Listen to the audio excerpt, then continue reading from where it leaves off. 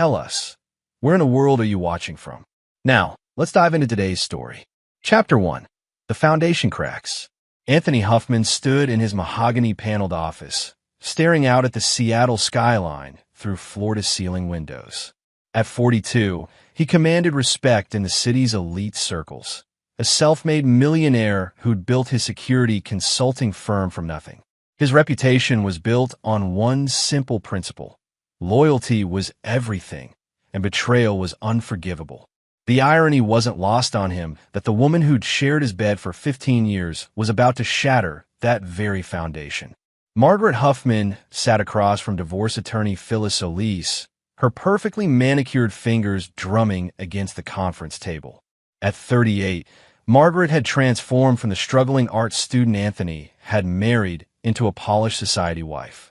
But beneath that facade lurked ambitions that had grown too large for their marriage to contain. "Mrs. Huffman," Phyllis said, sliding documents across the table, "your husband's financial portfolio is substantial. We're talking about a $50 million empire." Margaret's green eyes gleamed. "And my children? Full custody is challenging, but not impossible. Your husband has no criminal record, no history of abuse. What if there were concerns about his mental stability?" Margaret interrupted. Phyllis raised an eyebrow. "That would require professional evaluation and documentation." Margaret smiled, thinking of her boyfriend, Carlos Waters.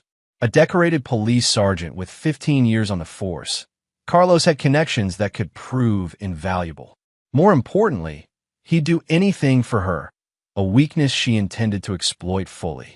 That evening, Anthony returned to their Bellevue mansion to find Margaret arranging flowers in the foyer.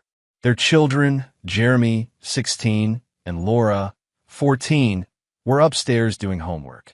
The picture of domestic tranquility, a facade that had been crumbling for months. "How was your day?" Margaret asked without looking up. "Profitable," Anthony replied, studying his wife's profile. He'd built his fortune reading people, identifying threats before they materialized. Every instinct screamed that Margaret was planning something, but he'd underestimated how far she'd already progressed. "Anthony, we need to talk about us," Margaret said, finally meeting his gaze. "I'm listening. I want a divorce." The words hung in the air like smoke from a fired gun. Anthony's expression didn't change, but Margaret caught the subtle shift in his posture, the way his shoulders squared, his hands stilled. She'd just declared war on a man who'd never lost a battle. "I see," Anthony said quietly. "And the children? They'll be better off with me. You're always traveling, always working. They need stability." Anthony nodded slowly, his mind already calculating possibilities. "I assume you've given this considerable thought. More than you know." As Margaret walked away, Anthony pulled out his phone and dialed a number he hadn't called in years. "Franklin? It's Anthony Huffman. I need a call on that favor." Franklin Gilmore had been Anthony's military intelligence partner in Afghanistan, now running a private investigation firm. If Margaret thought she could outmaneuver someone who'd hunted terrorists in Kandahar, she was about to learn otherwise. Chapter 2. The Enemy Within. 2 weeks later, Anthony sat in Franklin's downtown office, reviewing surveillance footage on multiple monitors. What he saw made his blood turn to ice. "She's been meeting with Carlos Waters for 3 months, Franklin reported, his weathered face grim. Seattle PD sergeant, divorced last year, known for bending rules when it suits him. The footage showed Margaret and Carlos in intimate embraces at various hotels around the city. But it was the final clip that truly unveiled the scope of their betrayal. "This was recorded yesterday at Waters' apartment," Franklin continued, enhancing the audio. Margaret's voice crackled through the speakers. "The psychological evaluation is next week.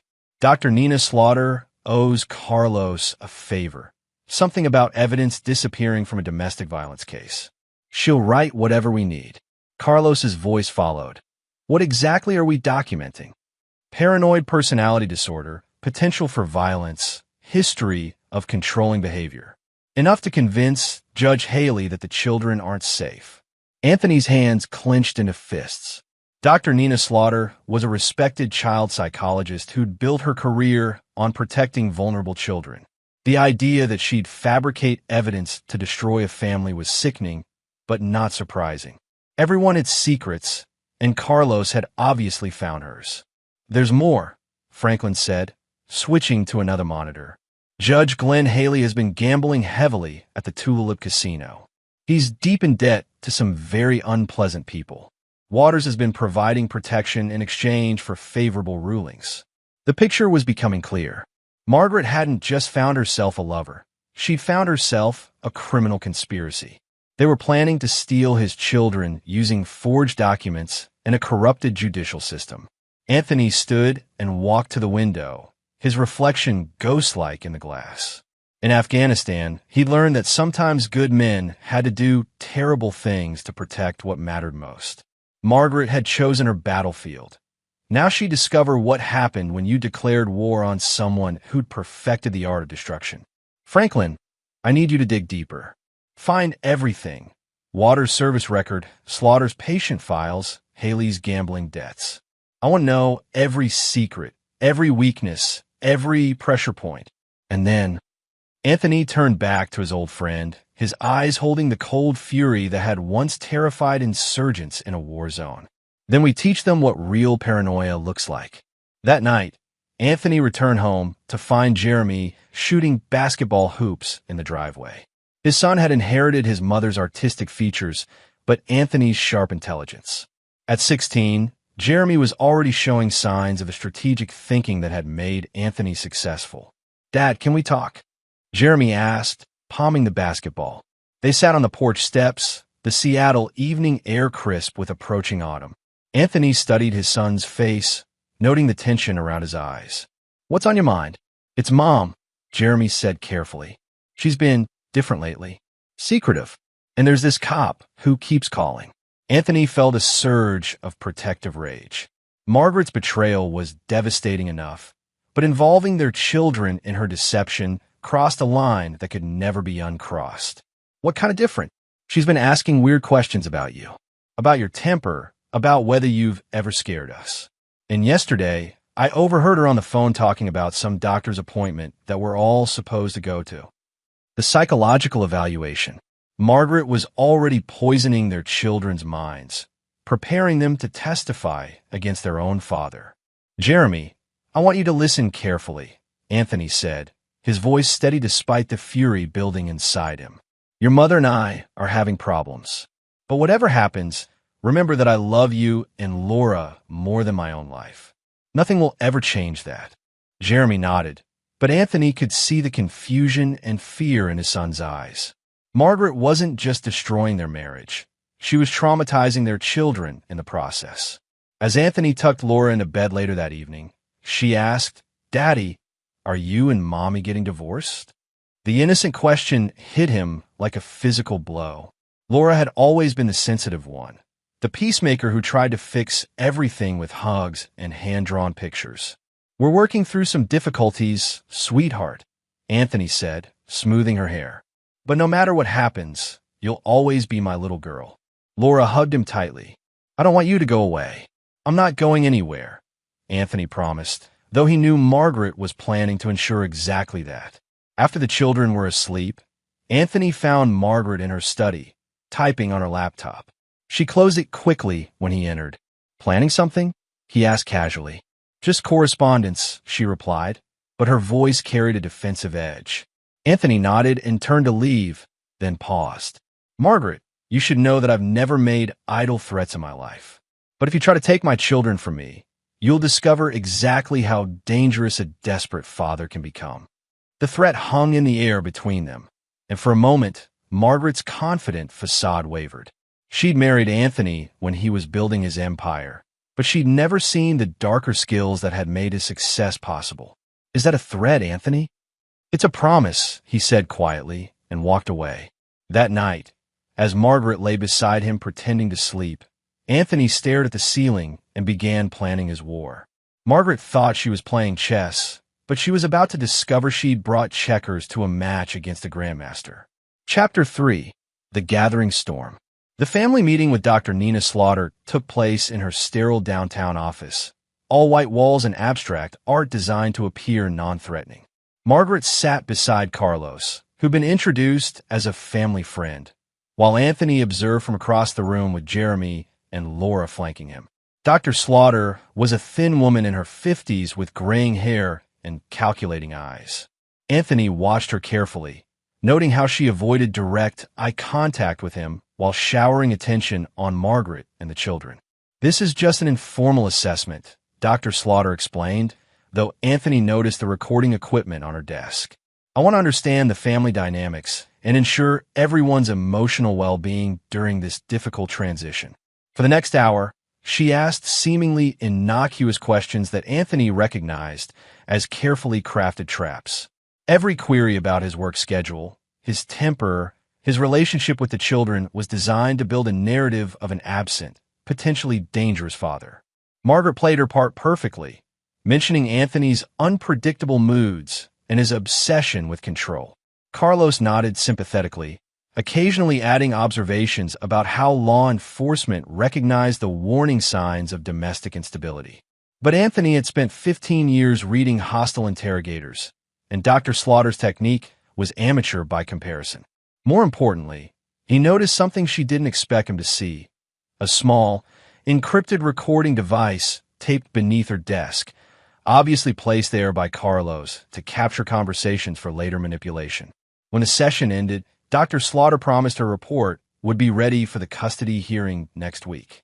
As they left the building, Anthony watched Carlos whisper something in Margaret's ear that made her smile. That evening, Anthony received an encrypted message from Franklin. "Package delivered. Check your secure email." The intelligence file Franklin had compiled was devastating. Dr. Slaughter had been taking bribes for favorable evaluations for 3 years, funded by various law enforcement officers who needed problematic cases to disappear. Carlos wasn't just a dirty cop. He was running a systematic corruption scheme that extended throughout the King County family court system. Judge Glenn Haley owed over $200,000 to casino loan sharks, money he'd borrowed to fund a gambling addiction that had destroyed his previous marriage. Carlos had been making his payments in exchange for predetermined rulings in custody cases. But the most shocking revelation was personal. Carlos Waters was Laura's biological father. Anthony stared at the DNA analysis Franklin had obtained from hair samples. The affair had been going on for over 14 years, meaning Margaret had been lying about Laura's parentage since her birth. The betrayal cut deeper than Anthony had thought possible. A knock on his study door interrupted his thoughts. Jeremy entered, looking unusually serious for a 16-year-old. "Dad, I need to tell you something about today." Anthony closed the laptop and gave his son full attention. "What is it?" "That doctor," she was asking weird questions. "And when you left to use the bathroom, she told me and Laura that sometimes fathers can become dangerous when families break apart. She wanted to know if you'd ever hurt us or made us feel unsafe." The manipulation was even more insidious than Anthony had realized. Dr. Slaughter wasn't just planning to fabricate evidence. She was grooming his children to provide it. "What did you tell her?" "The truth. That you've never hurt us, never even raised your voice." "But Dad," Jeremy hesitated. I don't think she wanted to hear that. Anthony felt a surge of pride, mixed with protective fury. His son was demonstrating the same analytical intelligence that had served Anthony well in business and war. "Jeremy, I need you to understand something. There are people who want to separate our family, and they're willing to lie to do it.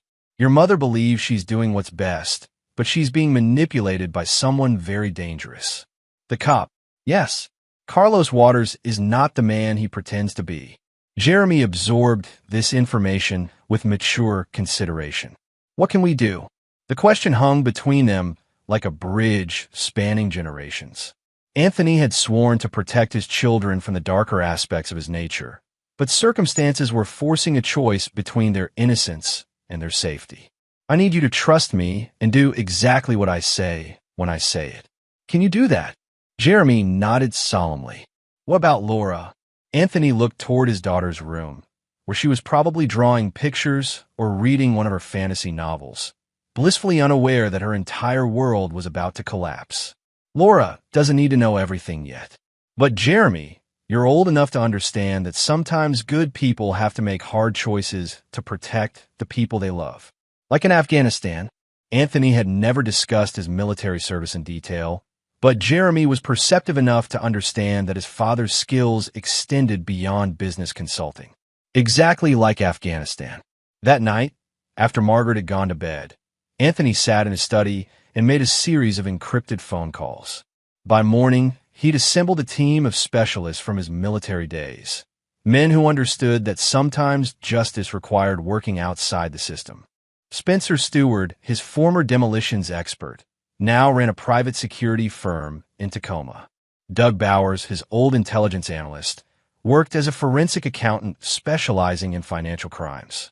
Morris Carpenter, their former medic, had become a highly skilled investigator with a talent for extracting information from reluctant sources. Each man owed Anthony their life from various missions in Afghanistan. More importantly, each understood that some betrayals demanded consequences that went far beyond legal remedies. The custody hearing was scheduled for Friday morning. Margaret, Carlos, and Dr. Slaughter believed they held all the cards: a corrupt judge, fabricated evidence, and a system designed to favor mothers in custody disputes. They were about to discover that Anthony Huffman played by different rules entirely. As he finalized his plans, Anthony reflected on the man he'd once been, someone who believed in justice, honor, and the fundamental goodness of people. Margaret's betrayal had killed that man, leaving something far more dangerous in his place. She'd wanted a divorce, and she'd get one. But she'd also learned that stealing a man's children carried a price that would haunt her for the rest of her life. The war was about to begin. Chapter 4: The Art of War. Friday morning arrived with Seattle's typical October drizzle. The courtroom at King County Superior Court filled with the usual collection of broken families seeking judicial resolution. Anthony entered wearing his best charcoal suit, projecting the calm confidence of a man who'd spent years in hostile environments. Margaret sat with her attorney Phyllis Solis at the plaintiff's table, Carlos Waters conspicuously absent, but undoubtedly monitoring the proceedings from outside. Dr. Slaughter occupied a seat in the gallery, her fabricated psychological evaluation tucked neatly in her briefcase. Judge Glenn Haley took the bench precisely at 9 a.m., his bloodshot eyes and nervous demeanor betraying the pressure he was under. Anthony noted the subtle tremor in the judge's hands. A man being crushed by debts he couldn't pay and choices he couldn't undo. "Your Honor," Phyllis Solis began, "we're here because of serious concerns about Mr. Huffman's fitness as a parent. Dr. Slaughter's psychological evaluation has identified several troubling patterns." Dr. Slaughter was called to testify, her professional demeanor masking the corruption beneath. She spoke eloquently about Anthony's controlling behavior, his potential for violence, and his inability to provide emotional stability for the children. The fabricated report painted Anthony as a dangerous father whose business success masked deep psychological problems. Every carefully chosen phrase was designed to justify awarding Margaret full custody and significant alimony from Anthony's fortune. When Anthony's attorney, Bradley Ward, cross-examined Dr. Slaughter, she remained composed and confident. Her answers were rehearsed, her professional credentials impeccable. To an outside observer, she appeared to be a dedicated child psychologist protecting vulnerable children from an unstable father. But Anthony noticed what others missed: the slight facial tic when she lied, the way her eyes shifted toward Judge Haley when she wanted confirmation, the unconscious gesture of touching her left earring whenever she fabricated details. After 2 hours of testimony, Judge Haley called a recess. Anthony stepped outside the courtroom to find Jeremy waiting in the hallway, looking unusually nervous for a teenager. "Dad, I need to give you something," Jeremy said, glancing around to ensure they weren't being overheard. He handed Anthony a small envelope, the paper slightly crumpled for being concealed. "Don't worry, I handled everything." Anthony opened the envelope to find a micro SD card and a handwritten note, recording from under Dr. Slaughter's desk. "Mom and Carlos planning everything. Also phone records and photos. Jay." The revelation hit Anthony like lightning. Jeremy had been conducting his own investigation, using skills his father had never taught him, but that seemed to be genetic. During their session with Dr. Slaughter, Jeremy had somehow discovered and accessed Carlos's hidden recording device. How did you? Computer club at school teaches more than programming, Jeremy said with a slight smile. I've been watching Mom and Carlos for weeks. They're not as careful as they think. Anthony studied his son with new respect and growing concern. Jeremy had inherited not just his analytical mind, but also his willingness to take decisive action when threatened. The question was whether Anthony had created a protege or corrupted an innocent. Jeremy, what you've done is incredibly dangerous. If Carlos discovers, he won't.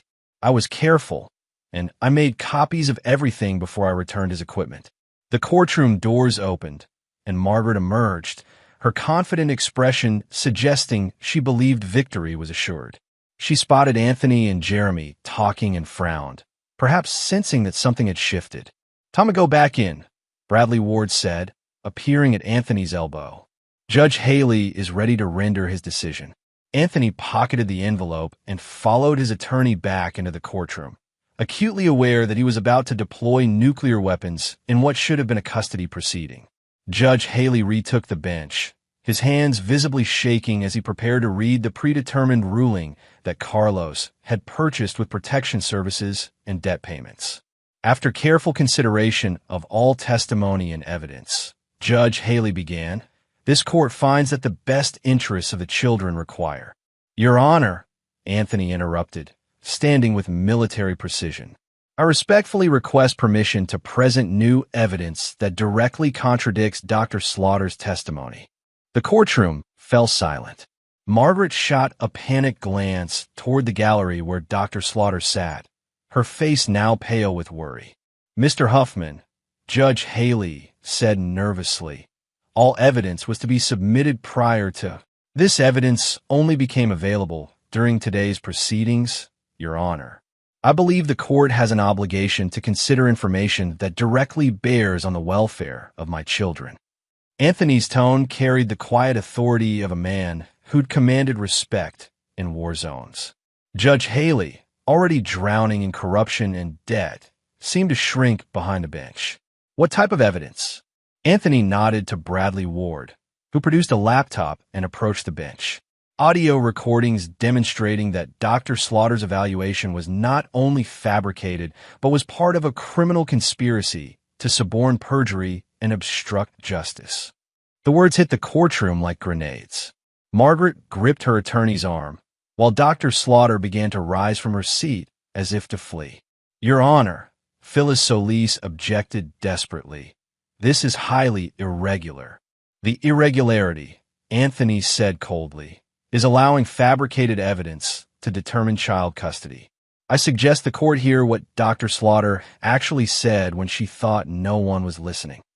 Judge Haley's face had gone ashen.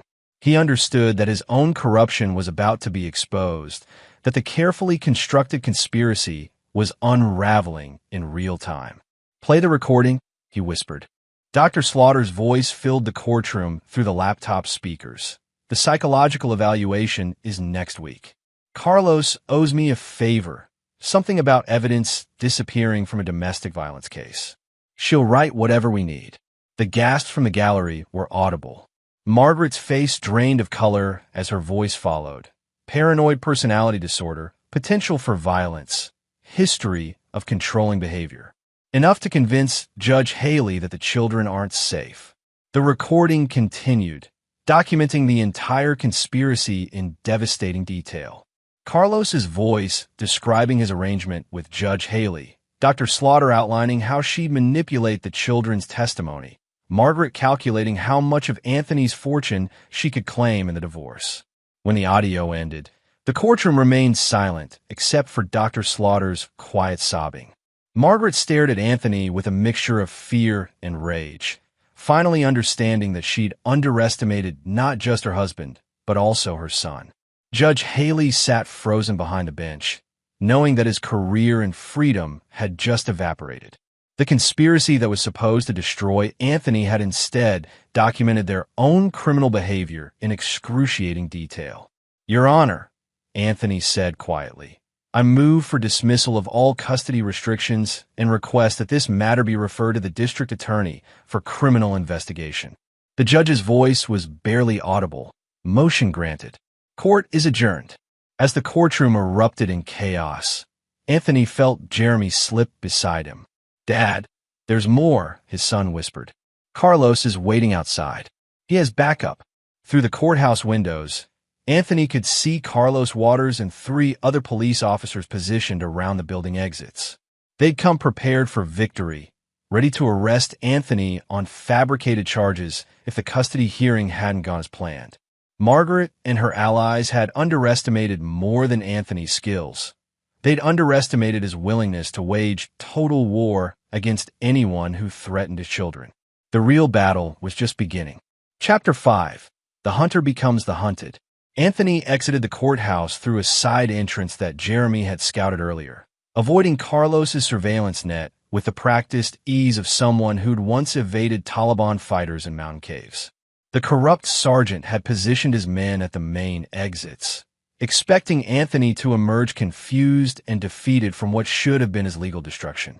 Instead, Anthony disappeared into downtown Seattle traffic while Carlos was still waiting for a victory that would never come. 20 minutes later, Anthony sat in Franklin Gilmore's office, watching multiple security monitors that tracked Carlos's increasingly frantic movements around the courthouse. The sergeant had finally realized his prey had escaped, and his growing desperation was evident in every gesture. "He's panicking," Franklin observed, highlighting Carlos's location on a digital map. "Making calls, trying to coordinate with the other dirty cops in his network." "Good," Anthony replied coldly. "Panicked men make mistakes." Spencer Stewart entered the office carrying a tactical bag that Anthony recognized from their Afghanistan days. Behind him followed Doug Bowers and Morris Carpenter, their faces carrying the same grim determination that had once made them an unstoppable unit. "Sit rep?" Spencer asked, using the military shorthand that came naturally after years of combat operations.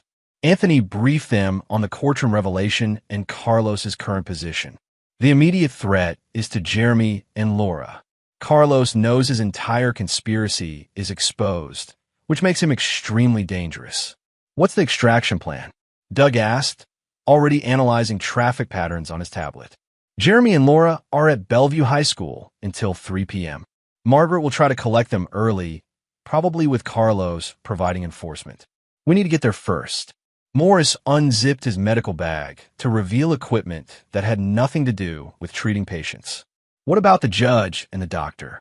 "They're secondary targets. Right now, Carlos is the primary threat because he has a badge and a gun, and he knows his career is over." Anthony's phone buzzed with a text from Jeremy. "Mom here early. Says family emergency. Won't go with her. Need help." The trap was closing faster than anticipated. Margaret had moved to secure the children while Carlos dealt with the courthouse fallout, but Jeremy's resistance was buying crucial time. "We go now," Anthony decided. "Spencer, you and Morris create a distraction at the courthouse. Make Carlos think I'm still in the area. Doug, you're with me." The drive to Bellevue High School took 18 minutes through afternoon traffic that seemed determined to slow their progress. Anthony's mind raced through contingencies while Doug monitored police communications on a scanner. "Carlos has put out a bolo for your vehicle," Doug reported. "He's claiming you threatened him in the courthouse." "Predictable," Anthony said, turning into the school parking lot. "He's trying to create legal justification for whatever he's planning to do next." They found Jeremy and Laura waiting in the principal's office, the administrator looking uncomfortable with the family drama unfolding in her school. Margaret stood beside the desk with barely controlled fury, while Carlos waited in the hallway like a predator preparing to strike. "Mr. Huffman," the principal said nervously, "your wife says there's been a family emergency and she needs to take the children immediately." "There's no emergency," Anthony replied calmly, studying Carlos through the office windows. "My wife is attempting to violate a custody arrangement during an ongoing legal proceeding." Margaret's composure finally cracked. "Anthony, you don't understand what you're dealing with. Carlos has connections, resources." "I understand perfectly," Anthony interrupted, his voice carrying a deadly calm that made even the principal step back. Your boyfriend is a corrupt police officer who fabricated evidence to steal my children. The only emergency here is the one he's created for himself. Carlos chose that moment to enter the office, his hand resting conspicuously on his service weapon. Mr. Huffman, I need you to come with me for questioning regarding threats made in federal court. The lie was smoothly delivered, but Anthony noted the perspiration on Carlos's forehead and the slight tremor in his voice. The sergeant was improvising badly, trying to salvage a situation that had spiraled completely out of control. I'll need to see a warrant, Doug said, stepping forward with credentials that identified him as a federal investigator. This appears to be a local family matter outside your jurisdiction. Carlos's eyes narrowed as he processed this unexpected complication. He'd expected to intimidate a businessman, not confront someone who obviously shared Anthony's professional background. Children, Anthony said quietly, go wait with Mr. Bowers in the hallway. Jeremy and Laura obeyed immediately, sensing the dangerous undercurrents flowing between the adults. As they left, Anthony noticed Jeremy palming something from the principal's desk, probably another recording device, though Anthony couldn't be sure. Margaret, Anthony continued once the children were gone, you have one chance to walk away from this. Take it. I'm not going anywhere, she replied, though her voice lacked conviction. Carlos, arrest him. On what charges? Doug interjected. Exposing your criminal conspiracy? Carlos's hand moved closer to his weapon, and Anthony recognized the moment when words would give way to violence. In Afghanistan, he learned to read the precise instant when diplomacy failed and survival required different skills. Sergeant Waters, Anthony said softly, you should know that everything you've said and done in this room has been recorded and transmitted to federal authorities. Your conspiracy with Judge Haley and Dr. Slaughter is already under investigation. It was a bluff, but delivered with such confidence that Carlos hesitated. In that moment of uncertainty, Anthony struck. The movement was too fast for civilian eyes to follow. One moment Carlos was reaching for his gun. The next he was on the floor with Anthony's knee on his chest and his weapon secured in Doug's hands. Principal Williams, Anthony said calmly, as if subduing armed police officers was routine, I suggest you call 911 and report an attempted kidnapping by a suspended police officer. Suspended? Margaret gasped. As of 1 hour ago, Doug confirmed, checking his phone. Internal affairs moved faster than expected once they heard the recordings. Carlos struggled beneath Anthony's weight, his face red with exertion and humiliation. You have no idea what you've started. I have friends, connections. Anthony corrected. Your friends are currently being arrested by the FBI task force that's been investigating police corruption in King County. Your connections are being severed one by one. The principal had already called 911, her voice shaking as she reported the situation. Margaret stood frozen, finally understanding that her carefully planned coup had become a catastrophic defeat. Anthony, she whispered, we can work this out. The children need both parents. The children need protection from their mother, Anthony replied, standing as legitimate police officers entered the building. You chose Carlos over your family, Margaret. Live with the consequences. As Carlos was led away in handcuffs, Margaret made one final desperate attempt to assert her maternal rights. But the arriving officers had already been briefed on the situation by Doug's federal contacts, and Margaret found herself facing questions about her role in the conspiracy rather than being treated as a concerned mother. Jeremy and Laura watched the proceedings with wide eyes, finally understanding the full scope of their mother's betrayal. Anthony knelt beside them, his expression gentle despite the violence they'd witnessed. Are you both okay? Laura nodded silently, while Jeremy met his father's gaze with newfound respect. What happens now?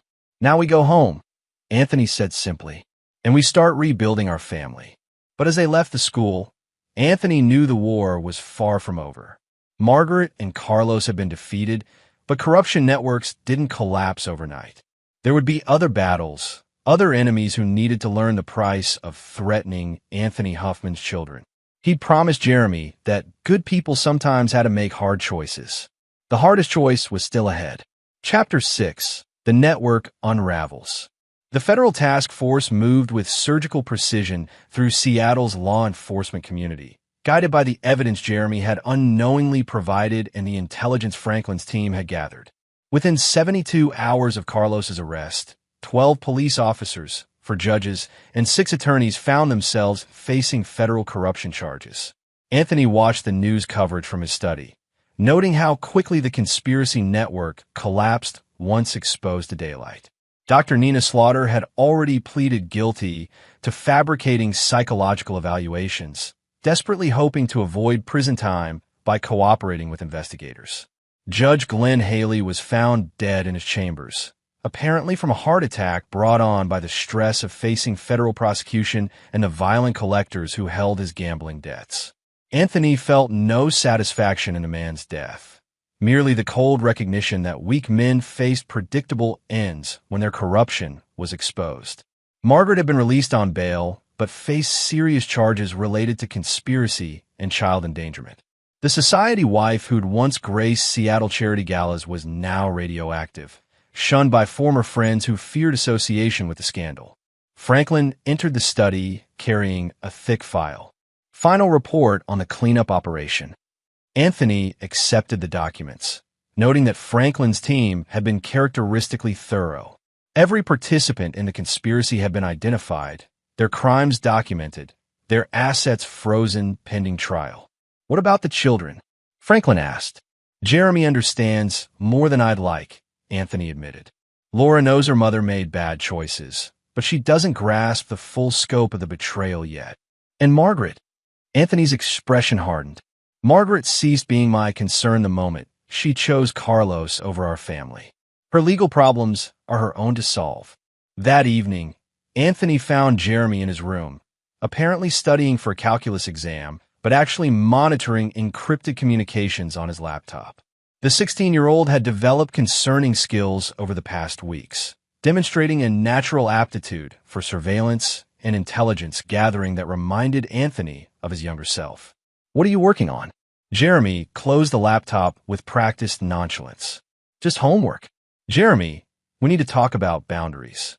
Like the ones Mom and Carlos ignored when they tried to destroy our family. The bitter edge in his son's voice was troubling. Jeremy had been forced to grow up too quickly, exposed to adult betrayal and corruption that no teenager should witness. Your mother made terrible choices, but that doesn't mean you should abandon your moral compass. I didn't abandon anything, Jeremy replied. I protected our family using the tools available, just like you taught me. I never taught you surveillance techniques or electronic intelligence gathering. Jeremy's smile was cold beyond his years. You didn't have to. I've been watching you my whole life, Dad. I learned more from observation than most people learn from instruction. The revelation was both proud and terrifying. Anthony had tried to shield his children from the darker aspects of his nature, but Jeremy had absorbed those lessons anyway, applying them with a teenager's lack of moral restraint.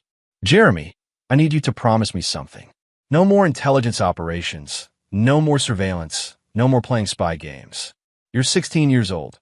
You should be worried about dates and college applications, not federal conspiracies. I'll think about it, Jeremy said, which wasn't the same as agreement. Anthony left his son's room with growing concern. In destroying Margaret and Carlos's conspiracy, he'd inadvertently created something potentially more dangerous. A protege who shared his skills but lacked the hard-earned wisdom that came from understanding the true cost of violence.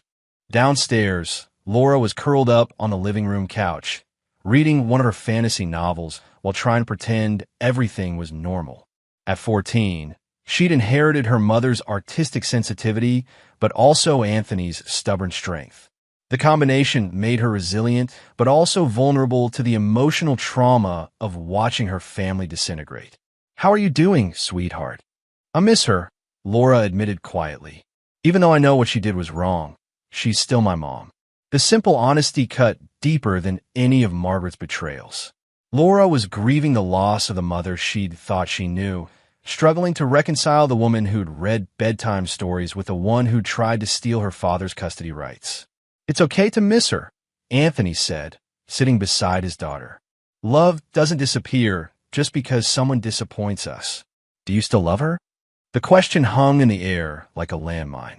Anthony considered his answer carefully, knowing that Laura would remember his words for the rest of her life.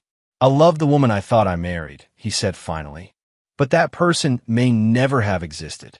The woman I actually married chose to betray our family for money and a relationship with a criminal. That's not love, Laura. That's selfishness. Laura processed this with the serious consideration she brought to all important topics. What happens to us now? We rebuild, Anthony said simply. We learn to trust again, slowly and carefully. We create new traditions and make new memories. We prove that family isn't just about blood. It's about choice and commitment and protecting the people you love, even if it means doing bad things. The question revealed how much Laura had understood about recent events. Despite Anthony's efforts to shield her, she'd grasped that her father's methods hadn't always been legal or conventional. Sometimes, Anthony admitted, but only as a last resort, and only to protect innocent people from those who would hurt them. Like Mom and Carlos. Yes, Laura nodded solemnly, accepting truths that no 14-year-old should have to process. Will you teach me to protect myself? When you're older, if you still want to learn. I want to learn now, Laura said with quiet determination. I never want to be helpless again. Anthony studied his daughter's face, seeing not the dreamy artist she'd always been, but someone harder, more focused. Margaret's betrayal had changed them all, forcing innocence to give way to pragmatic understanding of how cruel the world could be. We'll start with self-defense classes, he decided. Basic awareness, personal safety, situational assessment. The other skills we'll discuss when you're 18. Promise? I promise. As Anthony tucked Laura into bed, he reflected on how completely Margaret's betrayal had transformed their family. She'd wanted to steal his children and his fortune, but instead she'd created something far more dangerous. A family bound together by shared trauma and united by absolute loyalty to each other. Jeremy had already demonstrated his willingness to wage war against anyone who threatened their unity. Laura was developing the same protective instincts, though tempered by her gentler nature. Anthony had tried to shield them from his darker capabilities, but circumstances had forced him to reveal the full scope of what he'd do to protect them. Margaret had gotten her divorce, but she'd also gotten something she never anticipated: enemies who would never forgive and never forget. The custody battle was over. Anthony had won decisively, claiming not just his children, but also their absolute devotion. Jeremy and Laura now understood that their father would literally kill to protect them, and that knowledge would shape every relationship they formed for the rest of their lives. Margaret had created monsters in her quest for money and freedom. Soon, she'd discover exactly what those monsters were capable of when truly threatened. Chapter 7. The Judgment Day. 6 months after the courthouse revelations, Anthony stood in his office overlooking Seattle's Elliott Bay, reading the final legal documents that would formally end his marriage to Margaret. The divorce proceedings had been remarkably swift once her criminal charges eliminated any possibility of alimony or shared custody. Margaret had been sentenced to 3 years in federal prison for conspiracy and fraud, though she'd been released pending appeal. Her lawyer, Phyllis Solis, had been disbarred and faced her own criminal charges for knowingly presenting fabricated evidence. Carlos Waters had received 8 years for corruption, conspiracy, and attempted kidnapping. His police pension had been revoked, his assets seized to pay restitution to his victims. He'd be middle-aged and unemployable when he finally emerged from federal prison. Dr. Nina Slaughter had received 5 years for her role in fabricating psychological evaluations, her medical license permanently revoked. The once respected child psychologist would never again have the opportunity to manipulate vulnerable families. Justice, Anthony reflected, had been served with mathematical precision. Franklin Gilmore knocked and entered, carrying an envelope marked with familiar encryption codes. Final intelligence report on the Margaret situation. Anthony accepted the documents, noting they were significantly thicker than expected. Complications? More like revelations, Franklin said grimly. We dug deeper into her background, following money trails and communication patterns. Anthony, she's been planning this for over 2 years. The file contained financial records showing Margaret had been systematically transferring money to hidden accounts, preparing for the divorce long before she'd announced her intentions.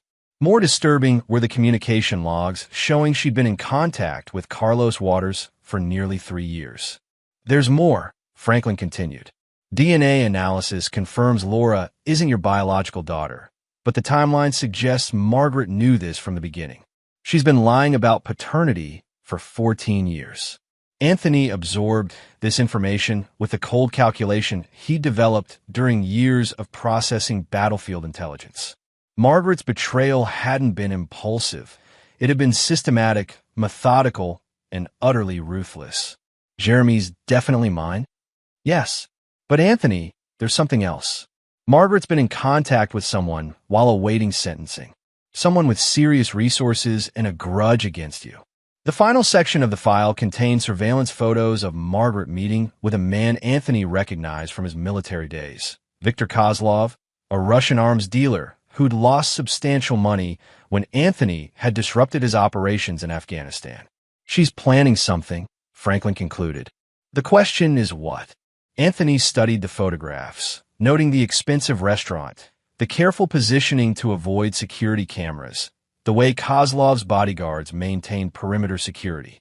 This wasn't a casual meeting between old acquaintances. Put the children under surveillance, Anthony decided. Full coverage, 24 hours. If Margaret wants to escalate this beyond divorce court, she'll discover I can escalate further than she imagines. That evening, Anthony gathered Jeremy and Laura in his study for a conversation he'd hoped to avoid. Both children had matured significantly over the past months, developing the careful awareness that came from understanding their family was under constant threat. We need to discuss your mother's recent activities, Anthony began, noting how Jeremy immediately tensed while Laura's expression became guarded. She's been contacting dangerous people, trying to find ways to hurt our family. I need you both to understand that the situation may become more serious than anything we've faced so far. How serious? Jeremy asked, his voice carrying the clinical detachment he'd developed when discussing threats. Potentially life-threatening. Laura gripped her father's hand. What do? We follow protocols, Anthony replied, using the military terminology that had become natural in their household. Enhanced security, modified routines, constant communication. And if something happens to me, you follow the emergency procedures we've practiced. Jeremy nodded understanding, but Laura looked stricken. Dad, you're scaring me. Good, Anthony said gently. Fear keeps you alive when people are trying to hurt you. Your mother has made choices that put us all in danger, and we need to be prepared for consequences. What kind of consequences? Jeremy pressed. Anthony considered how much truth his children could handle. Jeremy was already demonstrating capabilities that concerned him, while Laura was developing survival instincts that would serve her well, but at the cost of her innocence. Your mother is working with someone who blames me for destroying his criminal organization. He's the type of man who believes in collective punishment, hurting families to make political points. So we heard him first, Jeremy said with casual brutality that chilled Anthony. No, Anthony replied firmly. We protect ourselves and let law enforcement handle criminal threats. Jeremy's expression suggested disagreement, but he remained silent. Anthony made a mental note to monitor his son more carefully. The teenager was developing a taste for preemptive violence that needed to be controlled before it became uncontrollable. Dad, Laura said quietly, if something happens to you, what happens to us? Franklin will take care of you until you're adults. You'll have full access to my resources, complete protection, and the training necessary to defend yourselves. Training? Laura asked. The kind your mother's actions have made necessary. Anthony pulled out 2 encrypted phones, handing one to each child. Emergency protocols are programmed in. If anything seems wrong, anything at all, you use these immediately. That night, as Anthony reviewed security reports and contingency plans, he reflected on how completely his life had changed since Margaret's betrayal. He'd built a successful business, raised 2 children, and tried to leave his military skills behind. But Margaret's greed and vindictiveness had forced him to resurrect capabilities he'd hoped never to use again. She transformed their divorce from a legal proceeding into a war, and wars had consequences that extended far beyond the original battlefield. At 2:47 a.m., Anthony's secure phone buzzed with an encrypted message. Package delivery scheduled for tomorrow. Return address, Moscow. The message came from one of Franklin's surveillance teams monitoring international communications. Viktor Kozlov was moving assets into Seattle, preparing for an operation that would target Anthony's family as payment for old debts. Margaret had gotten her divorce and her freedom. Now she discovered the price of allying herself with international criminals against the father of her children. Anthony dressed quietly and slipped out of the house, leaving behind the businessman who'd tried to build a peaceful life. By the time he returned, Viktor Kozlov would understand why disrupting Anthony Huffman's family had been a fatal mistake. The war Margaret had started was about to end, but not in the way she'd planned. Chapter 8: Blood and Betrayal. The abandoned warehouse in Georgetown had been used for drug distribution until Franklin's team cleared it with methods that ensured no police reports would be filed. Now it served as an interrogation facility where Viktor Kozlov's advance team was learning the price of threatening Anthony Huffman's children. Anthony entered the warehouse at dawn, carrying the tactical gear he'd hoped never to use again. Spencer Stewart and Morris Carpenter flanked him, their faces carrying the grim professionalism that had made them effective in Afghanistan's most dangerous operations. 3 of Kozlov's men hung from chains in the center of the warehouse, their faces bearing the methodical damage that Morris applied when extracting information. They'd arrived in Seattle expecting to kidnap Laura and Jeremy as leverage against their father, but instead had walked into a trap that Franklin's surveillance network had prepared. "What have they told you?" Anthony asked Morris, noting the professional precision of the interrogation.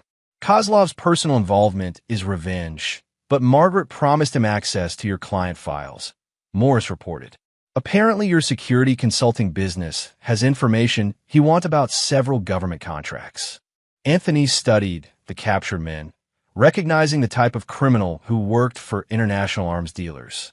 They were competent, but not exceptional, certainly not skilled enough to threaten his family without significant support. "Where's Kozlov?" "Safe house in Bellevue. 12-man security team, planning to grab the kids during school transport," Spencer reported. Margaret provided detailed intelligence on their routines, security protocols, everything. The scope of Margaret's betrayal continued to expand. She hadn't just allied herself with Kozlov for revenge. She'd sold detailed information about their children's vulnerabilities to international criminals. What about Margaret? Staying at the Fairmont Olympic penthouse suite, planning to leave the country once Kozlov has what he wants. Anthony absorbed this information with cold fury. Margaret had not only betrayed their marriage and their children, but had also committed treason by selling classified information to foreign criminals. The woman he'd once loved had become something that transcended mere enemy. She'd become a legitimate target. "Spencer, take your team and neutralize Kozlov's operation. Morris, coordinate with Franklin on cleanup. I'm handling Margaret personally." The drive to downtown Seattle gave Anthony time to plan his approach. Margaret would be expecting him, probably had security provided by Kozlov's organization. But she'd underestimated how thoroughly Anthony's military skills had been honed by years of hunting sophisticated enemies in hostile territory. The Fairmont Olympics penthouse suite occupied the top floor, accessible only by private elevator or emergency stairwell. Margaret had chosen the location for its security advantages, not realizing those same features would trap her when Anthony came calling. Anthony entered through the hotel service areas, using maintenance corridors he'd mapped during his initial reconnaissance. The security team Margaret expected him to confront was positioned in the lobby and main elevators, leaving the service routes vulnerable to someone with his specialized training. He reached the penthouse level through ventilation shafts, emerging in a utility closet that connected to the suite's kitchen. The luxury apartment was quiet except for the sound of Margaret's voice drifting from the living room. Told you Anthony was dangerous, but you didn't listen, she was saying into her phone. He's already destroyed your advance team and probably knows exactly where you are. Anthony moved silently through the kitchen, noting the expensive furnishings Margaret had purchased with money stolen from their children's futures. She'd traded their family's security for luxury she'd never earned. No, I'm not overreacting, Margaret continued. You don't understand what he's capable of when. Anthony stepped into the living room. His Sig Sauer P226 trained on Margaret's chest. She dropped the phone, her face cycling through surprise, fear, and finally resignation. Hello, Margaret. Anthony, I wondered when you'd come. She was still beautiful at 38, still carried herself with the confidence that had attracted him 15 years ago. But her eyes held a calculation he'd never seen before, the cold assessment of someone who'd learned to view relationships as transactions. Where are Jeremy and Laura? Safe, Anthony replied. Unlike you. Margaret gestured toward the phone she dropped. Victor's probably dead by now, isn't he? Most likely. And his men, also dead. Margaret absorbed this information with surprising calm. I suppose I should have expected that. You always were thorough. You sold information about our children to international criminals, Anthony said quietly. Information that would have gotten them killed. I needed leverage, Margaret replied without apparent remorse. You destroyed my relationship with Carlos, my financial security, my social position. What was I supposed to do? Accept responsibility for your choices instead of escalating into treason. Margaret laughed bitterly. Responsibility? From a man who spent the last 6 months systematically destroying everyone who opposed him. I destroyed criminals who threatened my family. You became one of those criminals. I was desperate. You were greedy, Anthony corrected. Everything you've done has been motivated by money and revenge, not love for our children. Margaret's composure finally cracked. Those aren't even your children. Laura is Carlos's daughter, and Jeremy is a sociopath who learned everything from watching you. The accusation hung in the air between them. Anthony had known about Laura's paternity for months, but hearing Margaret weaponize that knowledge confirmed how completely she'd abandoned any maternal instincts. Jeremy is my son in every way that matters, Anthony said calmly. Laura is my daughter regardless of genetics. You're the one who chose criminals over children. I chose survival over servitude, Margaret snapped. I wasn't going to spend the rest of my life as a supporting character in your success story. So you decided to steal our children and sell classified information to arms dealers. I decided to take what was rightfully mine. Anthony studied his ex-wife's face, searching for any trace of the woman he'd once loved. But Margaret Sweeney Huffman had been replaced by someone harder, more calculating, utterly without redemption. You could have had half of everything in a normal divorce, Anthony said. The children, financial security, a chance to rebuild your life. Instead, you chose war. I chose to win. You chose to lose everything. Margaret's expression shifted from defiance to something approaching fear. What are you going to do? Anthony considered the question with careful deliberation. Margaret had committed treason, endangered their children, and allied herself with international criminals. In Afghanistan, such actions would have merited immediate execution. But killing Margaret would traumatize Jeremy and Laura, potentially destroying the family he'd fought so hard to protect. Some prices were too high to pay, even for perfect justice. You're going to disappear, Anthony decided. Tonight, permanently. You'll surrender all parental rights, transfer your remaining assets to the children's trust funds, and never contact our family again. And if I refuse? Anthony's expression conveyed the answer without words. Margaret had allied herself with killers, stolen classified information, and endangered innocent children. The legal system had already failed to provide adequate consequences for her actions. I won't refuse, Margaret said quietly, finally understanding that her ex-husband had moved far beyond legal remedies. Good choice. Anthony watched Margaret pack her few remaining possessions, noting how completely her life had been reduced to what could fit in a single suitcase. She'd gambled everything on destroying him and had lost spectacularly. As she prepared to leave, Margaret turned back one final time. Anthony, do you think Jeremy and Laura will ever forgive me? No, Anthony replied without hesitation. And neither will I. Margaret nodded sadly and walked toward the door, finally understanding that some betrayals created consequences that lasted forever. Anthony watched her disappear into the Seattle night, knowing he'd never see her again. Margaret Sweeney Huffman was dead, not physically, but in every way that mattered to the family she'd abandoned. His phone buzzed with a message from Spencer. Kozlov neutralized. All assets secured. No survivors. The war was over. Anthony had won decisively, claiming not just victory, but the complete destruction of everyone who'd threatened his children. Now he could return home to Jeremy and Laura, who were waiting for confirmation that their family was finally safe. Chapter 9. The New Dynasty. 1 year after Margaret's disappearance, Anthony stood in his renovated home office, reviewing architectural plans for the expansion that would accommodate the specialized training facilities Jeremy and Laura had requested. The children had grown into formidable young adults, shaped by trauma into something harder and more focused than their peers. Jeremy, now 17, managed the family's security systems with professional competence while maintaining perfect grades at his elite private school. His college applications listed interest in international relations and computer science. But Anthony knew his son's true education had come from watching sophisticated criminal conspiracies unravel under methodical pressure. Laura, 15, had developed into an accomplished martial artist and surveillance expert while maintaining her cover as a talented artist bound for prestigious art schools. Her paintings had grown darker and more complex, reflecting an understanding of human nature that most adults never achieved.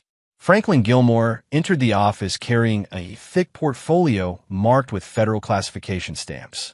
Final report on the Margaret situation, he announced. Anthony accepted the documents, noting they were significantly lighter than previous intelligence files. Resolution complete, Franklin confirmed. Margaret Sweeney was found dead in a Bangkok hotel room 3 months ago. Apparent suicide, though the Thai authorities weren't particularly thorough in their investigation. Anthony absorbed this information without visible emotion. Margaret had chosen her fate when she'd allied herself with international criminals, though he'd hoped she might find some form of redemption in exile. The children? Don't know yet. That's your decision. Anthony considered how much truth Jeremy and Laura could handle. They'd both matured significantly over the past year, but losing a parent, even one who betrayed them, carried psychological consequences that required careful management. I'll tell them tonight. In the future, Anthony gestured toward the architectural plans. We build something new, something stronger. That evening, Anthony gathered Jeremy and Laura in the renovated living room, noting how both children immediately assumed defensive positions despite being in their own home. The training they'd received had become instinctive, transforming them into young people who would never again be vulnerable to the kind of predators their mother had unleashed. We need to discuss your mother, Anthony began, watching their reactions carefully. Jeremy's expression remained neutral, but Laura's grip tightened on the throwing knife she'd been practicing with. Both children had learned to prepare for bad news. She's dead, Anthony said simply. Suicide in Bangkok, 3 months ago. Laura's reaction was immediate tears, not for the mother who betrayed them, but for the woman she'd once thought she knew. Jeremy remained silent, processing the information with the analytical detachment he'd developed. Are we safe now? Laura asked through her tears. Completely, Anthony confirmed. All threats have been neutralized, all enemies eliminated. You can live normal lives if you choose. Normal? Jeremy laughed bitterly. Dad, we haven't been normal since the custody hearing.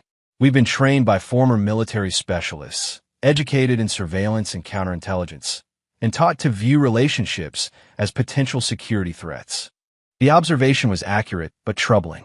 Anthony had tried to prepare his children for survival in a dangerous world, but they'd absorbed lessons that would make forming healthy relationships extremely difficult. You can choose different paths, Anthony said carefully.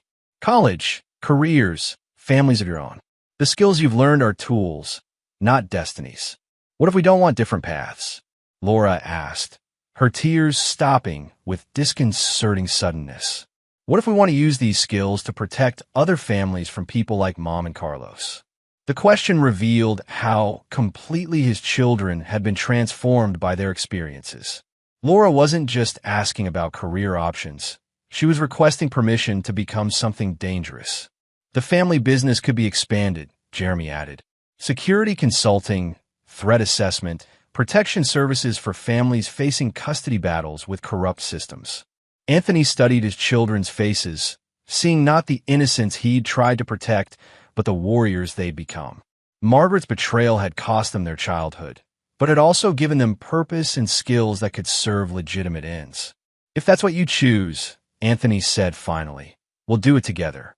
But you understand the costs, the isolation, the constant vigilance, the inability to trust easily. We already live with those costs, Jeremy pointed out. At least this way, we use them productively. And we protect other kids from going through what we experienced, Laura added. Anthony felt a complex mixture of pride and sorrow.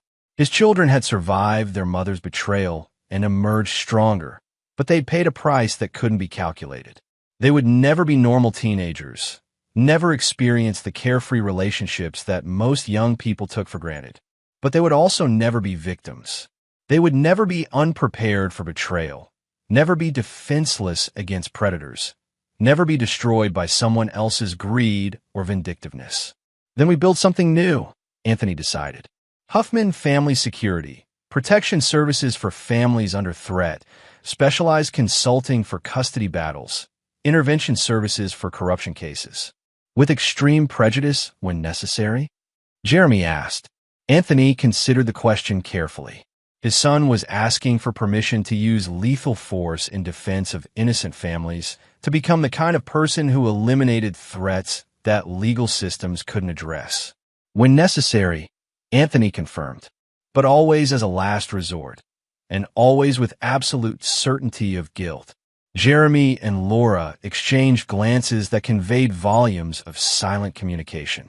They'd reached an understanding that transcended normal family dynamics. They were becoming a military unit dedicated to protecting the innocent from the kind of predators they'd survived. What about Mom's memory? Laura asked softly. Anthony considered how to honor the woman Margaret had once been, while acknowledging the monster she'd become. His children deserved truth, but they also deserved peace. We remember the good parts and learn from the bad parts, he said finally. Your mother loved you in her own way, but she made choices that put her personal desires above her children's welfare. We use that knowledge to become better people and better protectors. No forgiveness? Jeremy pressed. No forgiveness, Anthony confirmed. Some betrayals are unforgivable, especially when they endanger children. But also no hatred. Hatred clouds judgment and compromises effectiveness. Laura nodded solemnly. Cold justice. Exactly. As the evening progressed, Anthony outlined his vision for their family's future. They would build a legitimate business that provided protection services while serving as cover for more aggressive interventions when legal remedies proved inadequate. Jeremy would handle technology and intelligence gathering, utilizing skills that had already proven devastatingly effective against criminal conspiracies. Laura would manage human intelligence and psychological assessment, her artistic sensitivity providing insight into human motivations that formal training couldn't teach. Anthony would coordinate operations and handle the most dangerous interventions, using military skills he'd hoped to leave behind, but which circumstances had forced him to resurrect. What do we call ourselves? Laura asked as they finalized their plans. Anthony looked at his children, no longer children, really, but young adults forged by trauma into something harder and more focused than their peers would ever become. We call ourselves family, he said simply. Everything else is just business.